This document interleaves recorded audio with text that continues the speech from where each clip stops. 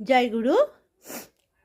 আজ একটি বিশেষ দিন, আমার গুরুদেবের জন্মবার।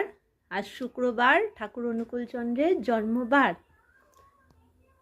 পুজো করলাম। আজ আমার নিরামিষ খাওয়ার দিন।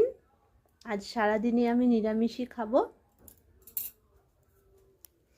যতটুকু পারি নিজের মতো করে পালন করি, খুব একটা বেশি ভালো পারি না করতে।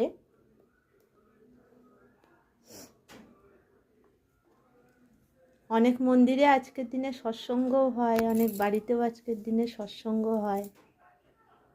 আমাদেরও ইচ্ছা আছে দেওয়ার, দেখি কতটা সম্ভব হয়, দিতে হবে। আজকের ওয়েদারটাও বেশ ভালোই লাগছে, রোদটাও তো চড়া নেই।